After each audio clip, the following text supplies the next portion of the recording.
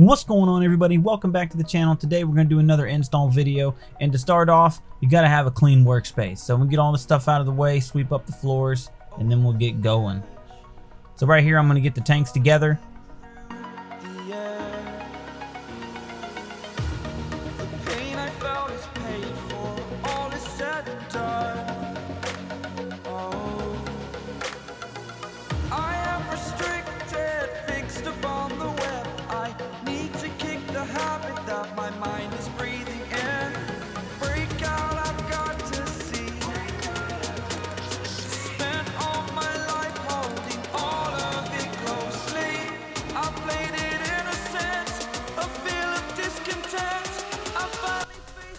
Once that's done, we'll put them in the cabinet where there wasn't a whole lot of room. And now we'll open up the control head. Who needs instructions?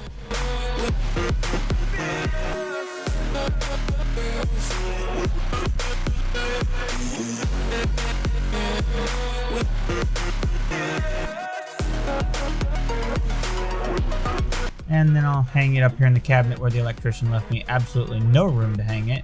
And I had to hang it 3 inches higher than it should be. Here I'll take out all the filters so that I can see what I'm working with behind everything and readjust the gas valve a little bit. Now I'm marking for all my duct and plenum and detection line holes. Exaggerated, that's what you assume. The story's over now, I must conclude.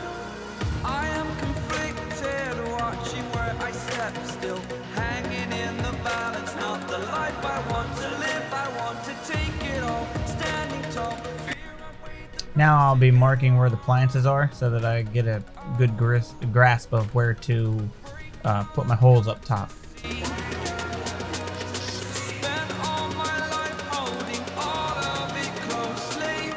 Now with the first measurements made, I'll go ahead and cut the first set of first part of the branch line for the fryers for the first tank.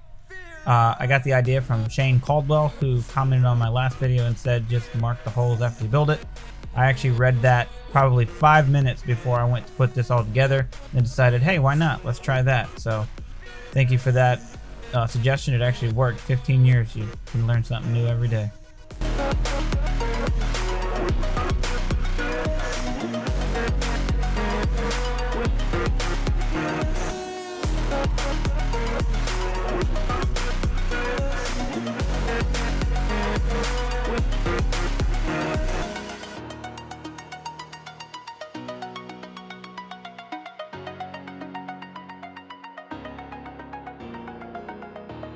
Again, underneath, I'll put the quick seals on the bottom side and pull them through, and that suggestion actually worked really well. I liked it. So now I'm marking the branch line for the second tank. I will do it the same way. It's not quite as easy this time around because that duct was just tall enough that my drill wouldn't fit under it, so I had to figure out where those holes were from underneath, and that was a tight fit. When you want to get off the darkest ground, but gravity pulls you straight down. And I tape all my fittings on everything so that nothing leaks. You should grow feathers and see this too. When you want to get off the darkest ground, but gravity pulls you straight down.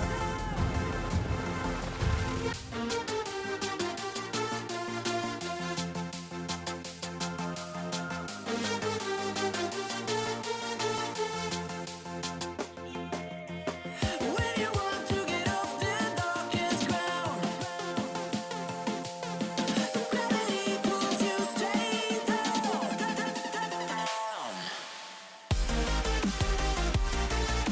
Clear sky.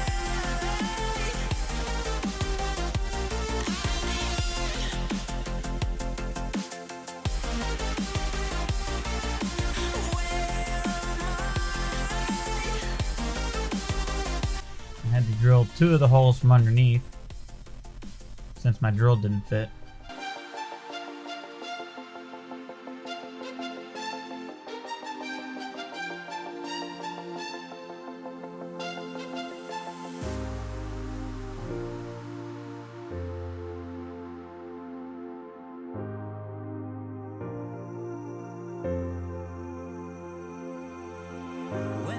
want to get off that darkest ground,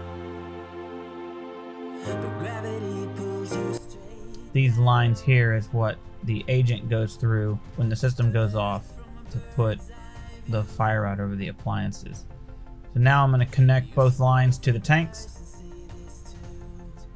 These are Buckeye BFR 10 tanks. They get 10 flows per tank. The first tank, the one there on the left, I actually maxed it out at 10 flows. The second one gets 7 flows. I try not to use unions except for the connection from the tank to the line, because it has to be there so that you can take the tank down. But I try not to use them anywhere else. Off that darkest ground, gravity pulls you straight down.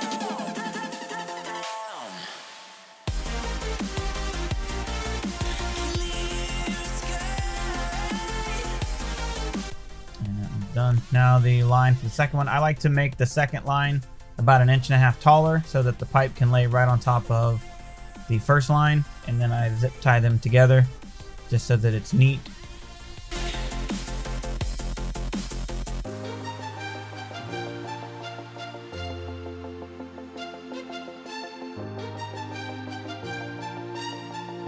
Now I'm putting the duct and plenum piping in.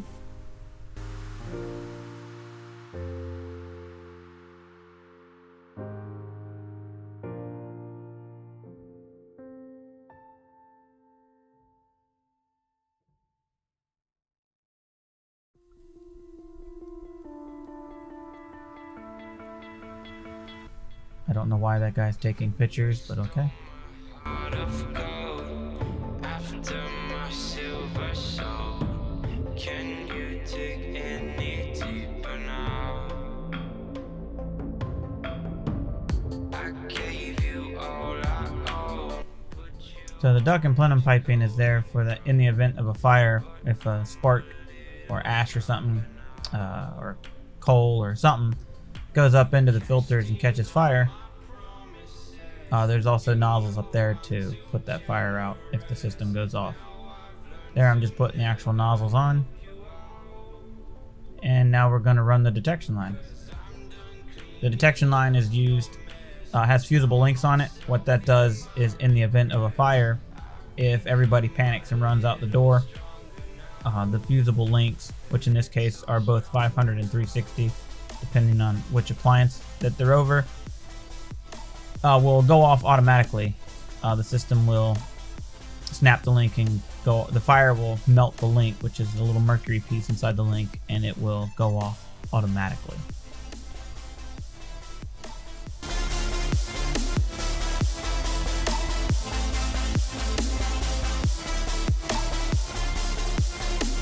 Cashed in on my promises. You know I'm too generous. Now I've learned to never help you out.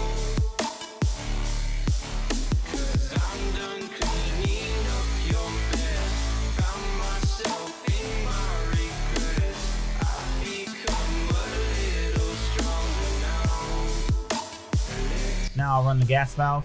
The gas valve is there so that if a fire happens and the system goes off, the gas valve will automatically shut, which will kill the fuel source.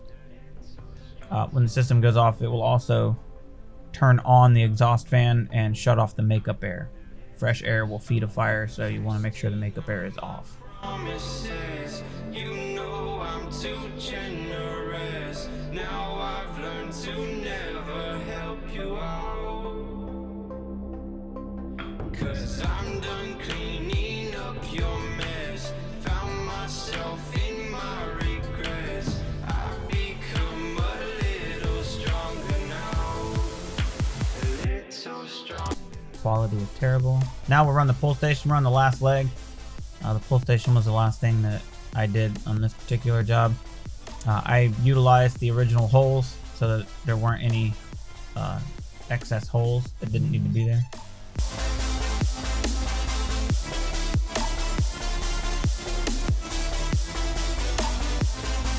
I always run my cable as I go. Some people run all their conduit and pull the caps off. I don't. I run it as I go. That's just a personal preference though.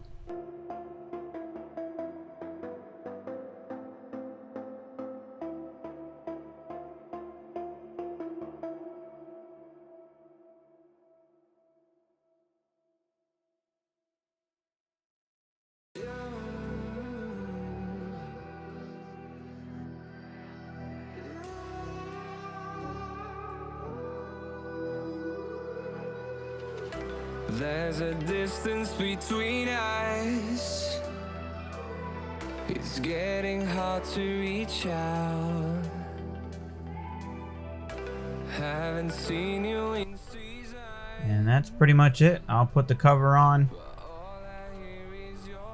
and tie it all together. I dropped one of the screws. Took me 10 minutes to find the damn thing. That's what I'm doing now. Those little screws, when you lose them, that's it. I'll pull it through. There's a brake rod that goes in there, and my camera died at that point, but here are some pictures for you. I really hope you guys enjoyed this.